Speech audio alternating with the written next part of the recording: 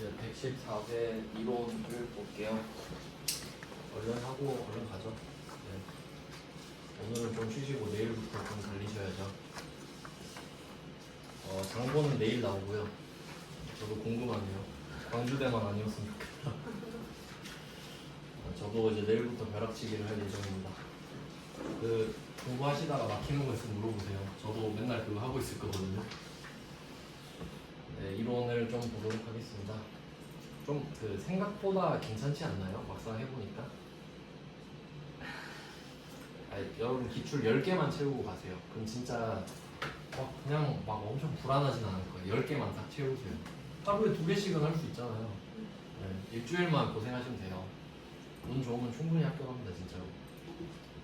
최대한 할만한 거는 알려드리겠습니다. 이론 1번. 이 정도는 맞히실 수 있을 것 같습니다. 거래 요소의 결합 관계가 있고 거래 내용이 있는데 하나씩 좀 맞춰볼까요? 1번은 외상 매출금을 보통 예금으로 수령했다. 뭐 숫자는 별로 안 중요하고요. 차변에 보통 예금, 재변에 외상 매출금 이렇게 되어 있죠. 성격을 써보면 자산의 증가, 자산의 감소죠. 그러니까 틀렸죠. 자산의 증가끼리 나올 수가 없죠. 1번은 나가리. 오른쪽이 자산의 감소로 바뀌어야 되죠. 그 다음에 2번 기계장치를 구입하고 구입대금 미지급했다. 기계장치 금액 역시 안 중요하고요. 미지급금이죠. 네, 그럼 기계장치가 자산이잖아요. 자산이 느는데 돈을 안 줬으니까 부채가 되죠. 이거네. 이 정도면 할만하네요. 자, 나머지만 볼까요? 3번에 보유 중인 건물을 임대하여 임대료를 받았다. 보통 예금 받았고 임대료 수익이죠. 그럼 얘는 자산, 임대료는 수익이죠. 그냥 순자산이 늘었으니까. 그러면 비용의 발생이 아니라 수익의 발생이죠. 한번 틀렸고. 4번 장기 차입금에 대한 이자. 여기서 중요한 거는 장기 차입금이 아니라 이자를 이야기하고 있습니다. 보통 예금에서 이체했대요. 차변에 이자 비용 얼마, 대변에 보통 예금 얼마. 이자 비용은 비용이고요. 순자산의 감소죠. 보통 예금은 자산의 감소. 네, 이렇게 하면 4번은 부채의 감소가 아니라 비용의 발생이라는 거를 알 수 있네요. 네, 이 정도 꼭 푸셔야 됩니다. 우리 문제 많이 안 푸니까 한 절반 정도만 볼 거니까. 그 다음에 2번이죠. 2번 재고자산이 아닌 거. 재고자산이 아닌 걸 찾읍시다.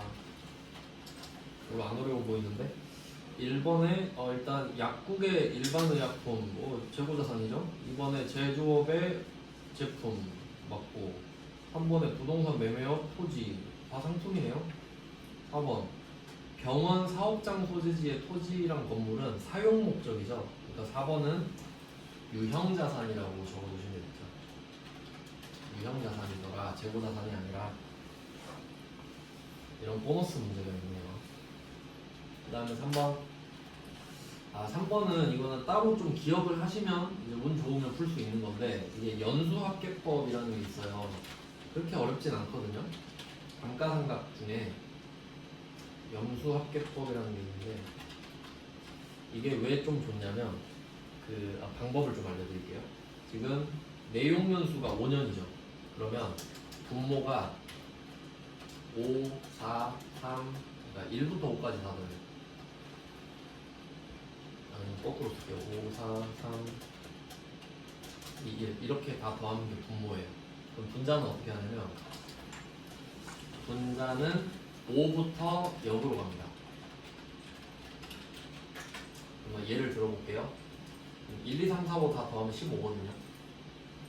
그러면 첫 번째 감가상각을 구하고 싶다. 그러면 1년차 감가상각비는 어떻게 구하냐 하면 15분의 5예요. 5부터 0으로 가니까.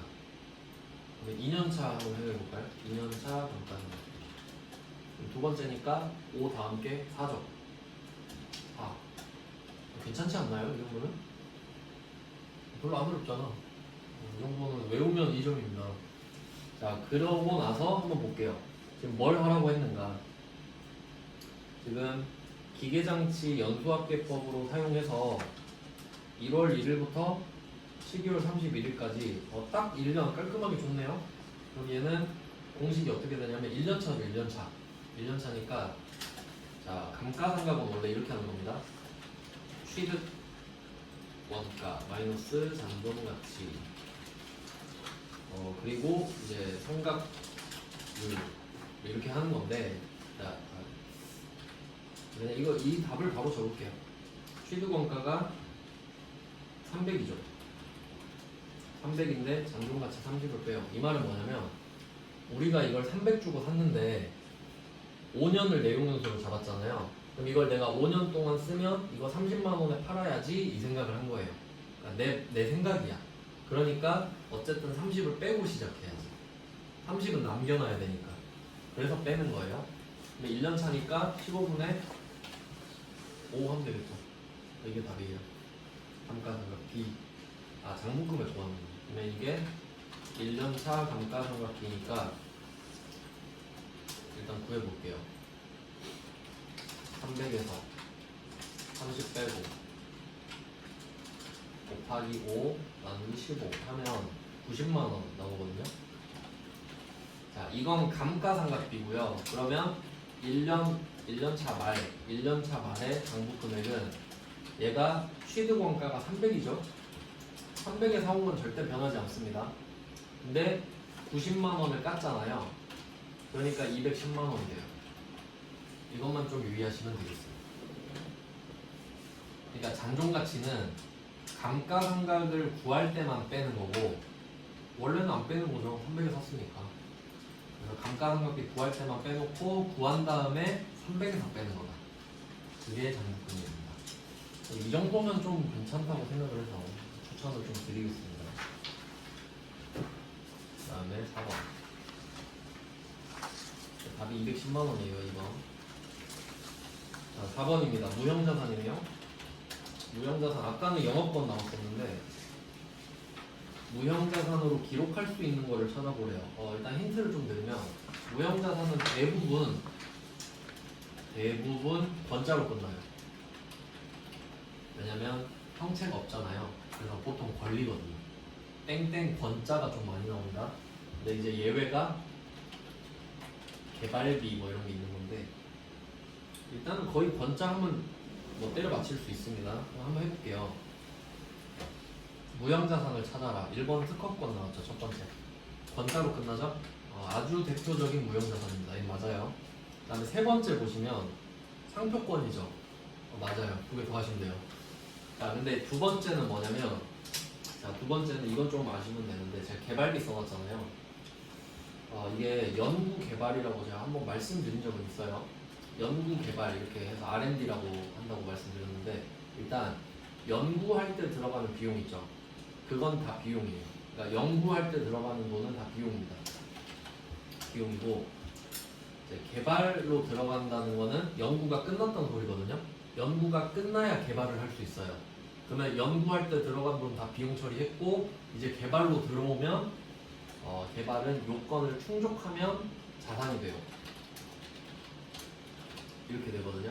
그럼 이 말은 뭐냐면 개발에 들어갔다고 해서 다 자산이 되는 게 아니라 요건을 충족하기 전일 때도 있겠죠. 개발 들어갔는데 그때까진 비용이에요. 근데 개발 들어가서 뭔지 모르겠지만 요건을 충족했대. 그럼 그때부터 자산. 이렇게 보는 거거든요. 그러면 이거 가지고 문제를 풀 수 있냐 보면 4번의 두 번째 줄이 신제품 연구 단계에서 나왔죠. 비용입니다. 이거 연구 단계는 제가 비용이라고 말씀드렸잖아요. 그러니까 특허권이랑 상표권만 더하면 끝나요. 근데 만약에 두 번째 거가 개발 단계에서 요건을 충족한 후에 비용 이렇게 말을 하면 얘도 더해야지. 그런 식으로 낸다는 거예요.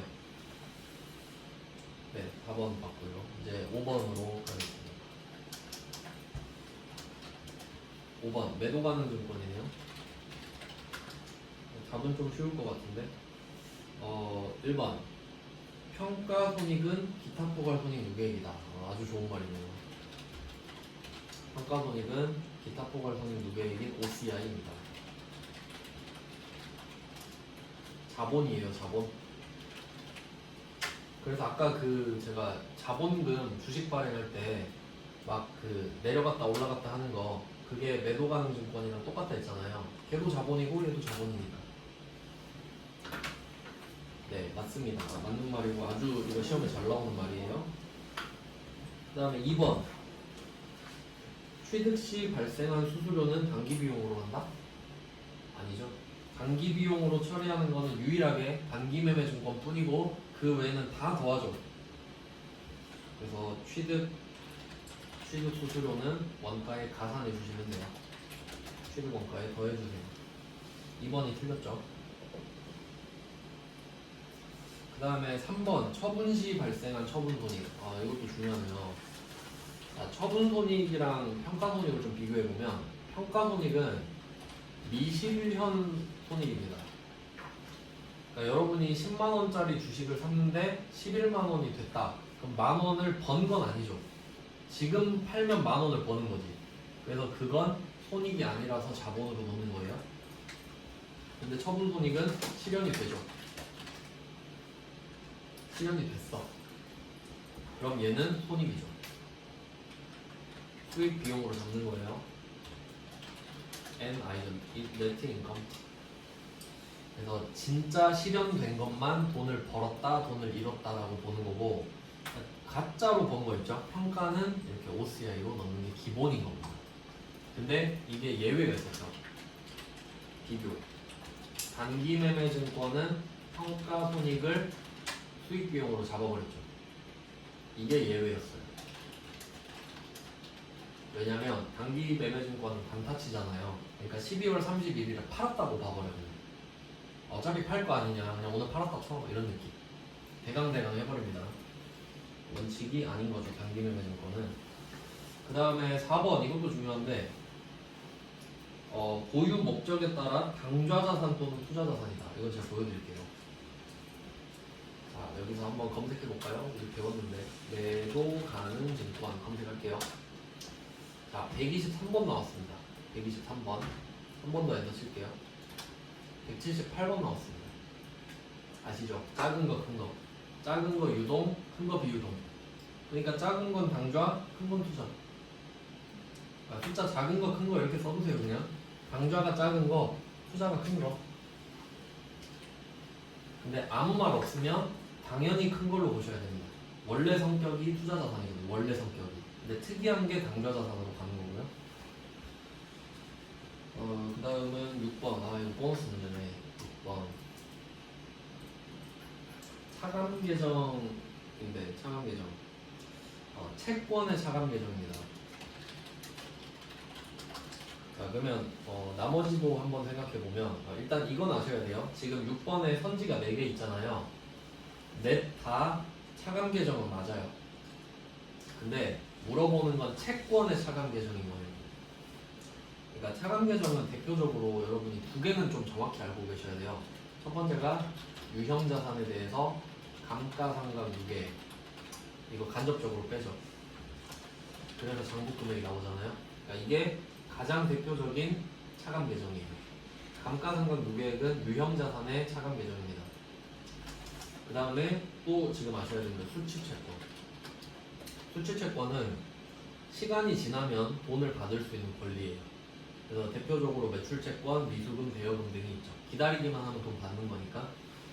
근데 얘네들도 못 받을 수가 있잖아요. 그러면 대손충당금을 설정했었죠. 기억나시나요? 이거 대손충당금 설정할 때 매출채권은 800번, 대손상각비, 미수금, 대여금 이런 애들은 900번, 기타의 대손상각비 이렇게 처리를 했었고, 감가상각 유계액은 얘도 비용으로 잡아야 되잖아요. 얘는 500번, 800번 감가상각비 이렇게 했었죠. 그러니까 유형자산은 어차피 목적이 사용 목적이잖아요. 사용 목적이니까 500 아닌 800인 거죠. 사용을 500 아닌 800에서 할 거니까. 근데 채권은 매출 채권도 있고 아닌 것도 있어서 이렇게 800, 900 나눠집니다. 참고로 알고 계시면 되고 이건 시험에 잘 나옵니다. 대손 충당금. 네, 이렇게 나눠지고요. 그래서 답이 4번이죠. 6번에 4번 답은 되게 간단해요. 그 다음에 7번이 이거 아까 자본이라서 그냥 넘어갔는데 혹시 나는 외울 수 있다 하시면 적어드릴 테니까 외울 수 있으시면 외우시고 그냥 설명할 시간은 없어가지고 답만 알려드릴 수 있거든요. 자본잉여금이랑 자본조정 이렇게 나눠져요. 이거 잘 물어보는데 여러분들 이해는 안 된 상태인데 외우실 수 있으면 혹시 첫 번째가 주식 발행 조각이 있고 자기 주식 처분이 있고 감자 차익이 있는데 너무 이름이 난해해요. 외우기가 좀 힘들어요. 근데 좀 느낌이 어떤 느낌이냐면 자본잉여금은 다 플러스예요. 이제 잉여라는 게 플러스 느낌을 갖고 있거든요. 더해지는 게 잉여금이기 때문에 그래서 이게 초과금, 이익, 차익 이렇게 나오면 다 플러스거든요. 그래서 뭐 그렇게 좀 찾을 수가 있어요. 그래서 이 정도만 제가 지금 저 3개밖에 없거든요. 적어드렸는데 한번 찾아볼까요? 가 주식 발행 초과금 나 이거는 손실은 아니고 4번 라 감자 차익 이렇게 찾는 거예요. 그러니까 알면 찾고 모르면 틀리는 겁니다. 근데 이걸 어떻게 외우나 싶어요. 그래도 일단 써볼게요. 그럼 반대 얘는 주식 할인 발행 차익 자기 주식 처분 손실 감자 차손 그러니까 매칭은 돼요. 매칭은 되거든요. 번하고 싶지는 않죠 제 입장에서는.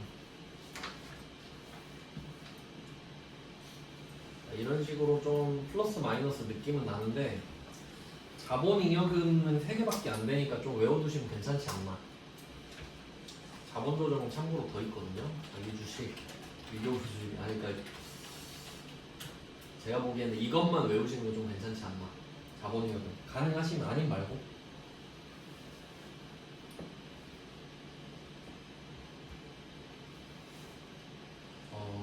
이 정도 보고 그 다음에 부가가치세 3문제? 2문제? 부가가치세 3문제 보면 되겠네요.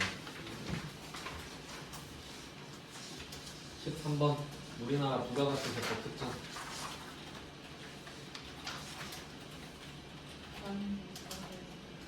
아닌 거 찾을 수 있나요? 답 2번인데 일단 국세하면 국세청에 납부하는 거예요. 세무서에 내면 그게 국세청으로 올라가거든요. 그럼 1번은 맞는 거예요. 국세 대표적인 국세입니다. 부가가치세는 국가가 받는 거예요. 그 다음에 전단계 세액공제법 이것도 중요한데 우리가 물건을 팔 때 부가세를 내야 되잖아요. 그럼 전 단계는 매입이에요. 파는 거에서 부가가치세가 생기니까. 그러면 그거의 전 단계는 매입이죠. 그래서 매입 세액을 공제해 주잖아요. 그 말이에요. 그 다음에 다단계 거래세는 이게 그냥 물건을 이렇게 팔 때 단계가 여러 개 있죠. 간단하게 설명드리면 A, B, 뭐 C 이렇게 있다고 하면 거래가 이렇게 이루어지잖아요.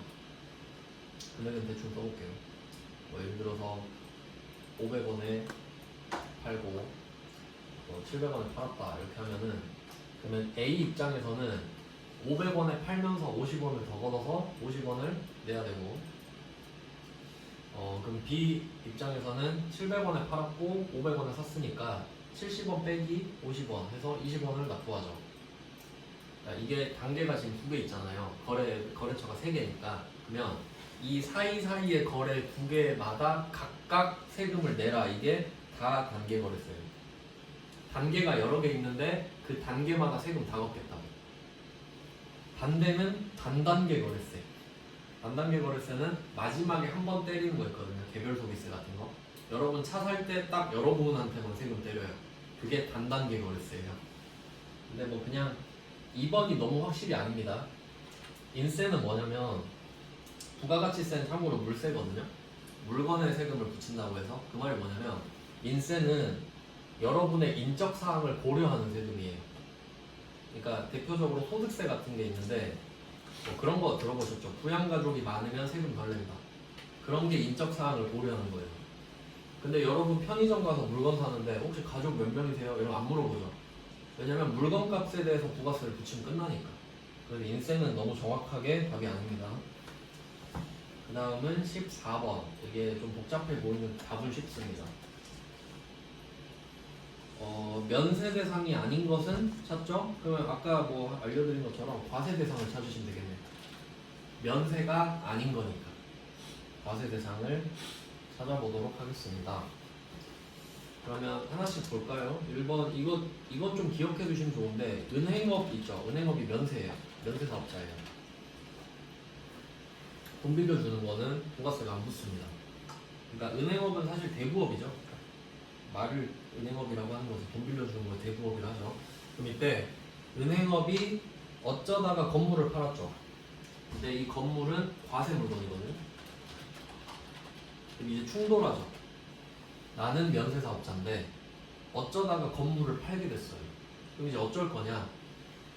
어쩌다 한번 파는 거죠. 은행이 맨날 건물 팔고 그런 거 아니잖아요. 그러면 그냥 면세를 해줍니다. 이건 좀 기억해 놓을게요. 이거 시험에 좀 잘 나오거든요. 그래서 면세 사업자가 어쩌다 한번 과세 물건을 팔면 그건 그냥 어쩌다 한 번이니까 면세로 팔아라 라고 해요. 그러면 지금 과세를 찾는 건데 1번은 과세가 아닌 거죠. 면세니까. 2번은 제낄게요. 2번은 무슨 말 하는지 모르겠고 왜 냈는지 모르겠고. 3번. 자, 가구 제조업 있죠. 가구 제조업은 딱 봐도 과세 사업자입니다. 과세 사업자가 토지를 파네요. 면세 물건이죠. 이건 이제 아실 텐데 면세죠. 방금 너무 억울하잖아요. 나는 토지를 부가세 붙여서 팔면 나한테 아무도 안 사죠. 그래서 보통은 면세가 1입니다. 그럼 2번, 3번도 아니고 4번. 자, 4번은 부동산 임대업자예요. 과세 사업자입니다. 면세 사업자가 아니니까. 자, 그럼 이 사람이 건물을 팔아요. 과세 물건이죠. 이건 빼박 아닌가요?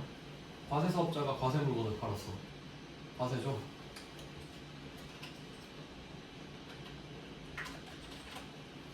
그러니까 생각보다 어렵진 않다. 그렇게. 그래도 어느 정도 기초 지식은 있어야 되죠. 그 다음에 15번만 보고 끝낼게요. 15번. 부가가치세법상 아래의 괄호 안에 공통으로 들어갈 내용으로 옳은 것은 이걸 물어보고 있습니다. 답은 3번이고요. 과세 표준. 한번 생각해 볼까요? 매출세액을 구하래. 매출세액은 공급가액에다가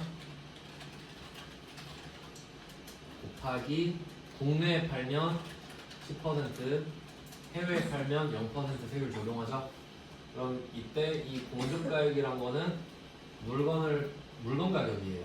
근데 부가가치세법은 이 공급가액을 과세 표준으로 합니다. 그래서 부가가치세법 이야기를 할 때는 공급가액이랑 과세 표준이 같은 말이 되는 거예요. 그래서 지금은 원래는 가에 공급가액이 들어가야 맞거든요. 근데 밑에 보면 공급가액이 없잖아요. 그러면 과세 표준 물어보는구나 하고 맞히시면 되는 거죠. 네, 뭐 이런 느낌으로 시간이 좀 남으시면 이렇게 훑어보고 괜찮은 거 몇 개 푸시는 거죠. 남는 건 찍으시는 거고. 네, 뭐 이렇게 기출 문제를 어제부터 3개를 풀어봤는데 아까 말씀드린 대로 10개를 채우고 가시면 괜찮을 겁니다. 최근 걸로 보셔야 돼요. 트렌드가 좀 많이 바뀌었더라고요. 옛날에 비해서. 그러니까 16회부터 제가 드렸으니까 차근차근 역으로 풀어주시면 좋을 것 같아요. 네, 7주 동안 고생하셨습니다. 고맙습니다. 네.